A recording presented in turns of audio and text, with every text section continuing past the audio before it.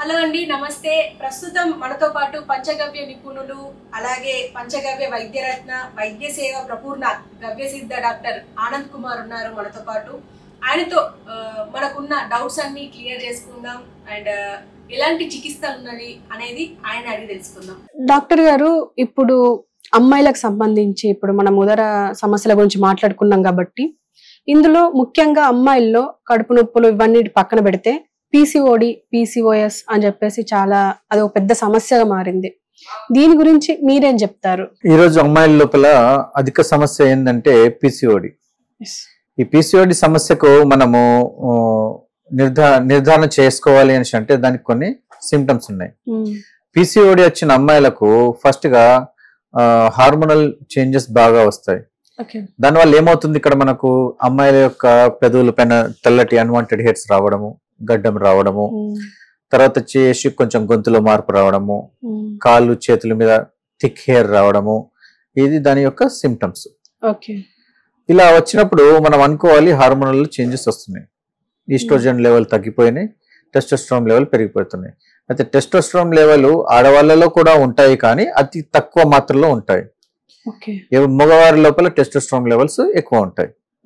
ఒకవేళ oestrogen level ఏవైతే ఉన్నాయో మగవాళ్ళు ఎక్కువ చేస్తే వారికి ఆడవారి యొక్క సిమ్టమ్స్ వస్తూ ఉంటాయి. ఆడవాళ్ళగా ఫీలింగ్స్ కానివ్వండి, మూతి మీద గడ్డలు మిసాలు రాకపోవడం కానివ్వండి, ఇలాంటివి జరుగుతూ ఉంటాయి. ఇదంతా హార్మోనల్ అన్నట్టు. ఇదంతా హార్మోనల్ చేంజెస్ అయితే ఇట్లా అవుతుంది అన్నట్టు. మరి ఇలా హార్మోనల్ చేంజెస్ రావద్దు, బాగుండాలి అనేసి అంటే హెల్దీ లైఫ్ స్టైల్ని మనం చేయాలి. మరి హెల్దీ లైఫ్ స్టైల్ లోపల ఏమవుతుంది అనేసి అంటే, ముఖ్యంగా ఈ రోజుల లోపల వండిన అన్నాన్ని మళ్ళీ వేడి చేసుకొని తినడమే పెద్ద ప్రాబ్లం. మరి దానికి ఉదాహరణ ఏంటిది అనేసి అంటే, ఈ రోజుల లోపల చైనీస్ ఐటమ్స్ అనేసి ఇన్స్టెంట్ గా ఫుడ్, ఫ్రైడ్ రైస్లు, చికెన్ రైస్లు, జంక్ ఫుడ్ ఏదైతే ఉన్నదో అదంతా వండి పెట్టింది మళ్ళీ వేడి చేసి మళ్ళీ ఇచ్చేస్తున్నారు. ఇక్కడ ఏం జరుగుతుంది, ఆయుర్వేద శాస్త్రం ప్రకారము ఒక్కసారి వండిన వస్తువుని మళ్ళీ ఇంకోసారి మన శరీరం లోపల ఉండే అగ్నికి ఆహుతి ఇవ్వాలి. అంటే లోపల అయిన తర్వాత ఇక్కడ జీర్ణం అవ్వాలి. అంటే ఫస్ట్ అక్కడ జరిగింది ట్రీట్మెంట్, ఎక్కడ గ్యాస్ పొయ్యి మీద జరిగింది, మనకు వండినం. నెక్స్ట్ ఎక్కడ జరగాలి, మన కడుపు అనే గ్యాస్ లోపల జరగాలి, అంటే ఇక్కడ అరగాలి. అలా చేస్తే మనకు అది ఆరోగ్యం. ఇక్కడ ఏం జరుగుతుంది, ఆల్రెడీ వండి చల్లార్చినావు, మళ్ళీ ఆ స్టవ్ మీద మళ్ళీ వండినావు, అంటే ఆల్రెడీ 2 సార్లు దాని మీద ప్రయోగం జరిగింది. థర్డ్ టైం కడుపులో వేసేసినావు, శరీరం ఎక్కడ బాగుంటుంది? లెక్క ప్రకారం సెకండ్ టైం వేసేస్తే మనకు అరుగుతుంది, అది శక్తినిస్తుంది. థర్డ్ టైం, ఫోర్త్ టైం దాన్ని వేడి చేస్తూనే ఉన్నావు. లేదు అనేసి ఏం చేస్తారు, ఇప్పుడు ఈ మధ్యలో కొత్తగా ఏం చేస్తున్నారు అనేసి అంటే, షుగర్ని రివర్స్ చేసుకోవడానికి అనేసి చెప్పుకుంటూ వచ్చి ఫ్రిడ్జ్ లోపల అన్నాన్ని పెట్టి దాన్ని వండుకుంటే మీకు షుగర్ రివర్స్ చేసుకోవచ్చు అనేసి చెప్పుకుంటూ వస్తున్నారు ఈ మధ్య కాలంలో. వింటున్నాను. ఇది సరైన పద్ధతి కాదు. ఎప్పుడైతే వేడి అన్నాన్ని 40 నిమిషాల్లో ఎవరైతే భోజనం చేస్తారో శరీరానికి ఆరోగ్యం వస్తుంది. ఇంకోటి, ఈ మధ్య కాలం లోపల షుగర్ గురించి ఇప్పుడు మనం దీని లోపల ఎందుకు చెప్తున్నాను అని అంటే, ఇది కొంచెం చెప్తే జనాలకు అవగాహన ఉంటుంది మన ప్రేక్షకులకు అని చెప్పడమే. మళ్ళీ మన టాపిక్కి వెళ్ళిపోదాం. అయితే వండిన వస్తువుని మళ్ళీ మనం వండుకొని తిన్నామంటే శరీరము డైజెషన్ ప్రాబ్లమ్స్ పాడైపోతుంది. వీరు చెప్పిన విధంగా చల్లార్చి మళ్ళీ దాన్ని వేడి చేసుకొని తిన్నామని అంటే డైజెషన్ సిస్టమ్ పాడైపోయేసి ప్యాంక్రియాస్ మళ్ళీ లివర్ మీద విపరీతమైన ఒత్తిడి పడుతూ ఉంటుంది, జీర్ణశయం మీద. దానివల్ల ఏమవుతుంది, షుగర్ లెవెల్స్ పెరిగిపోతుంది. ఇది ప్రాసెస్డ్ ఫుడ్ మనం ఇలాంటివి తింటే అవుతుంది. అయితే ఈ పీసీఓడికి దీనికి సంబంధం ఏంటిది అనేసి మనకు అనిపిస్తుండొచ్చు. ఎప్పుడైతే శరీరం యొక్క డైజెషన్ సిస్టమ్ పాడైపోతుందో ఆటోమేటిక్లీ రక్తం తయారు కాదు. రక్తం తయారు కాకపోతే ఆడపిల్లల్లో వచ్చే ఈ నెలసరి అనేది సరిగా కాదన్నట్టు. ఎప్పుడైతే ఆడపిల్లలకు సరైన నెలసరి కాకపోయింది అనుకోండి, వివిధ రకాలైనటువంటి సమస్యలు వస్తాయి. ఫస్ట్ పీరియడ్స్ వచ్చే 3-4 రోజులు విపరీతంగా నొప్పులు, ఇరిటేషను, కోపము, ఆ ఇబ్బందుల లోపల వీళ్ళు కొట్లాడడం చేయడం లాంటివి కూడా జరుగుతూ ఉంటాయి. దురుసు మాటలు మాట్లాడడం ఇవన్నీ ఉంటాయి. మళ్ళీ పీరియడ్స్ సమయం లోపల రక్త ప్రసరణ కరెక్ట్ ఉన్నది, రక్తం ఎక్కువ ఉన్నది అంటే శుద్ధి కార్యక్రమం ఈజీగా ఉంటుంది, నొప్పి తక్కువ ఉంటుంది, లెస్ పెయిన్. అదే రక్తము తయారవుతలేదు, డైజెషన్ సిస్టమ్ పాడైపోయింది, అప్పుడు ఏమవుతుంది, ఆటోమేటిక్లీ తక్కువ రక్తాన్ని విడుదల చేస్తుంది. ఎప్పుడైతే తక్కువ రక్తాన్ని ఎప్పుడైతే విడుదల చేస్తుందో అప్పుడు ఏమవుతుంది, శరీరం అనేది శుద్ధి కాదు. ఇంకోటి, ఈ పీసీఓడి ఉన్న పిల్లలు ఎవరైతే ఉన్నారో పీరియడ్స్ టైం లోపల ఎటువంటి రకమైనటువంటి డైరీ ప్రొడక్ట్స్ వాడకూడదు. మరి ఏం తినాలి గురుగారు అనేసి అంటే జొన్న రొట్టెలు, తర్వాత వచ్చేసి ఆకుకూరలు, ఇవి రెండింటిని బాగా తీసుకోవాలి. తర్వాత వచ్చేసి మీరు తినాలనుకుంటే సలాద్ లాంటివి ఇవన్నీ తీసుకోవచ్చు. పాలు తీసుకోరాదు, నెయ్యి, ఎక్కడి నుంచి మొత్తం చెప్పేయాలంటే డైరీ ప్రొడక్ట్స్ ఏమి తీసుకోరాదు. అలా తీసుకుంటే ఏమవుతుందంటే ఆరోగ్యంగా ఉంటారు. ఇక పీసీఓడి ఏదైతే ఉన్నదో పాలిస్టిక్ సిండ్రోమ్ అని ఓవర్ డిసీజ్ అని అంటారు దీన్ని. ఈ డిసీజ్ ఏంటిదంటే నీటి బుడగలు వస్తాయి అన్నట్టు. ఇక్కడ నీటి బుడగల్ని మీరు వచ్చిన వీటిని ఆపరేషన్ చేయాల్సిన అవసరం లేదు, మందుల ద్వారా కూడా మనకు నయం అవుతుంది. దీనిలో ఆయుర్వేదిక్ పంచగవ్య చికిత్సలో కూడా మీకు మందులు ఉన్నాయి. అండ్ దాంతోపాటు ప్రాపర్ ఎక్సర్సైజ్ ఇవి మీరు కరెక్ట్ చేయగలిగితే ఈ పీసీఓడి సమస్యను మీరు అధిగమించవచ్చు. ఓకే సార్, ఇప్పుడు పీసీఓడి విషయానికే వస్తే, ఇప్పుడు పీసీఓడి ఒక పక్క, కానీ ఇప్పుడు ఎప్పుడైతే నెలసరి స్టార్ట్ అవుతుందో ఫస్ట్ ఏ ఇయర్ లో, అంటే ఎన్ని ఇయర్స్ కి కావాలి అంటారు? ఒకవేళ అయిన తర్వాత కూడా ఈ జనరేషన్ లో, అంటే ఇంతకు ముందు 11 days కూర్చోబెట్టే వాళ్ళు, తర్వాత 5 days, అంటే ఆ కూర్చోబెట్టే విధానం ఎందుకు అంటారు? చాలా బాగా ప్రశ్న వేశారు. ఈ రోజుల లోపల పిల్లలు మినిమంగా మౌలికంగా బేసిక్ నాలెడ్జ్ అన్న మనకు తెలవాలి కాబట్టి చాలా బాగా ప్రశ్న వేశారు. చక్కటి ప్రశ్న ఇది. అయితే ఈ రోజుల లోపల A1 అండ్ A2 మిల్క్ ఉంది. A1 మిల్క్ అంటే బర్రె మరి ఆవు యొక్క సంకర జాతి ఏదైతే ఉన్నదో జెర్సీ, హోలిస్టియన్, ఫ్రీజియన్ ఇలాంటి ఆవులు ఉన్నాయి. వాటి నుంచి వచ్చే పాలు, బర్రె పాలు, వీటిని అన్ని ఒక దగ్గర జమ చేస్తారు అన్నట్టు. అవే మన ప్యాకెట్ పాలు. ఎప్పుడైతే ఇలాంటి ప్యాకెట్ పాలు మీరు తీసుకున్నారనుకోండి, అప్పుడు ఏమవుతుంది, ఆటోమేటిక్లీ హార్మోనల్ చేంజెస్ వస్తాయి బాడీలో.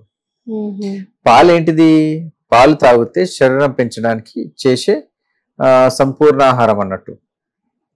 ఇది మనము ఆవుల ద్వారా ఇస్తున్నాము, లేదంటే అమ్మ పిల్లోడికి ఇస్తున్నది. అయితే ఇక్కడ ఏంటంటే ఆవుని మనం అమ్మగా అంటాం కదా మన సనాతన ధర్మం లోపల. సో దాని పాలను మనకు ఇవ్వడానికి అది మనకు ఒక ఆప్షన్ ఇచ్చింది అన్నట్టు. అధికంగా పాలు అయిపోతే మనం దాన్ని తీసుకొని మనం వాడుకోవచ్చు. ఉదాహరణకు ఒక 8 లీటరు 5 లీటరు పాలు ఇస్తుంది అనుకోండి, ఆవు పిల్ల ఎంత తీసుకుంటుంది, మా అంటే లీటర్ తాగుతుంది, 1.5 2 లీటర్లు, మిగతా 4 లీటర్లు. ఒకవేళ పాలు తీసేసి మనం తీసుకోకపోయినాం అనుకోండి, ఆ పొదుగు అట్లనే అయిపోయి ఇబ్బంది పెడుతుంది మనకు. సో ఈ విధంగా మనం చేసుకుంటున్నాం. ఇకొచ్చేసి A1 మిల్క్ అంటే జెర్సీ పాలు, గేదె పాలు రావడానికి ఏం చేస్తున్నారు అంటే వీళ్ళు ఎక్సెస్ స్టెరాయిడ్స్ ఇస్తున్నారు, ఇంజెక్షన్స్ పొదుగులో. దానివల్ల ఏమవుతుంది, పాలు విపరీతంగా రావడానికి ఛాన్సెస్ ఉన్నాయి.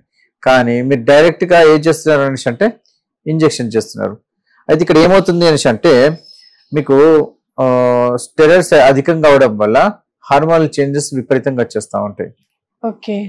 ఆ హార్మోనల్ విపరీతంగా చేంజెస్ వచ్చేస్తే ఏమవుతుంది అనేసి అంటే ఇక్కడ అనుకున్న దానికంటే శరీరం బాగా ఇబ్బంది పడుతుందని చెప్తాం ఇక్కడ. ఓకే, అంటే ఇప్పుడు ఎన్ని డేస్ కూర్చోబెట్టాలి అంటారు? ఇక్కడ వచ్చేసి అమ్మాయిలు పుష్పవతి అవ్వడానికి సరి అయిన సమయం ఏంటంటే 13 సంవత్సరాలు, 12 నుంచి 13, 14 సంవత్సరాల దాకా కూడా పిల్లలు అయిపోతా ఉంటారు. ఆరోగ్యంగా మంచిగా గట్టిగా ఉంటే ఈ సమయాల్లో అయిపోతారు. లేదు అనేసి అంటే లేట్గా అయిపోతే 15, 16 సంవత్సరాలు, 17 సంవత్సరాలు కూడా అయ్యే వాళ్ళు ఉన్నారు. కానీ మన పూర్వం నుంచి మనం చూస్తున్నది అంటే అమ్మాయి యొక్క perfect age 13 years to 14 years age మధ్యలో ఆమెకు పీరియడ్ స్టార్ట్ అవ్వాలి. పీరియడ్ స్టార్ట్ అయిపోయిన ఫస్ట్ డే నుంచే ఆమెను జాగ్రత్తగా ఒక మూలకు ఒక సైడ్ కు కూర్చోబెడతాం, అంత శుభ్రం చేసి. దాంతో ఏం చేస్తామంటే ఇప్పుడు మన తెలంగాణ మరియు ఆంధ్ర ప్రాంతంలో ఏం చేస్తారు అంటే జొన్న కంకి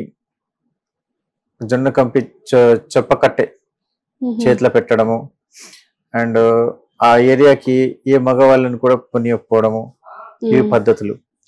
ఎందుకు అనేసి అంటే అమ్మాయిల లోపల అప్పుడే విపరీతమైన హార్మోనల్ చేంజెస్ వస్తూ ఉంటాయి. అందుకోసం అనేసి ఒక తండ్రి తప్పించి ఇక ఎవరిని కూడా అలౌడ్ లేదు అక్కడ. ఎందుకంటే తండ్రి దగ్గర వచ్చేసిన తర్వాత ఆమె బాడీలో మార్పులు రావు, ఎందుకంటే నాన్న అనేసి చిన్నప్పటి నుంచి ఉంటుంది కాబట్టి. కానీ వేరే వాళ్ళ ఒకవేళ ఆ స్థితిలో ఆ సైడ్ లోకి వెళ్ళిపోతే తన ఆలోచన లోపల మార్పులు వచ్చే అవకాశం ఉంటుంది. ఇంకోటి ఏంటంటే మనం దీన్ని బాగా స్కేర్డ్ గా చూస్తున్నాం అన్నట్టు, అంటే బాగా రహస్యంగా చూస్తాం పీరియడ్స్ అంటే. అంటే అంత అవగాహన లేదు, అంత స్వచ్ఛందంగా గట్టిగా ఎవరు మాట్లాడుకోరు. ఈ రోజు మనం ఇలా మాట్లాడుకున్నా గానీ దీని మీద కూడా కామెంట్ పెట్టే వాళ్ళు చాలా మంది ఉంటారు. కారణం ఏందనేసి అంటే సరైనటువంటి నాలెడ్జ్ అవగాహన లేకపోవడమే దీంట్లో ఉన్న ముఖ్యమైన సమస్య. ఇక వచ్చేసి మనం దీంట్లో ఎన్ని రోజులు కూర్చోబెట్టాలి.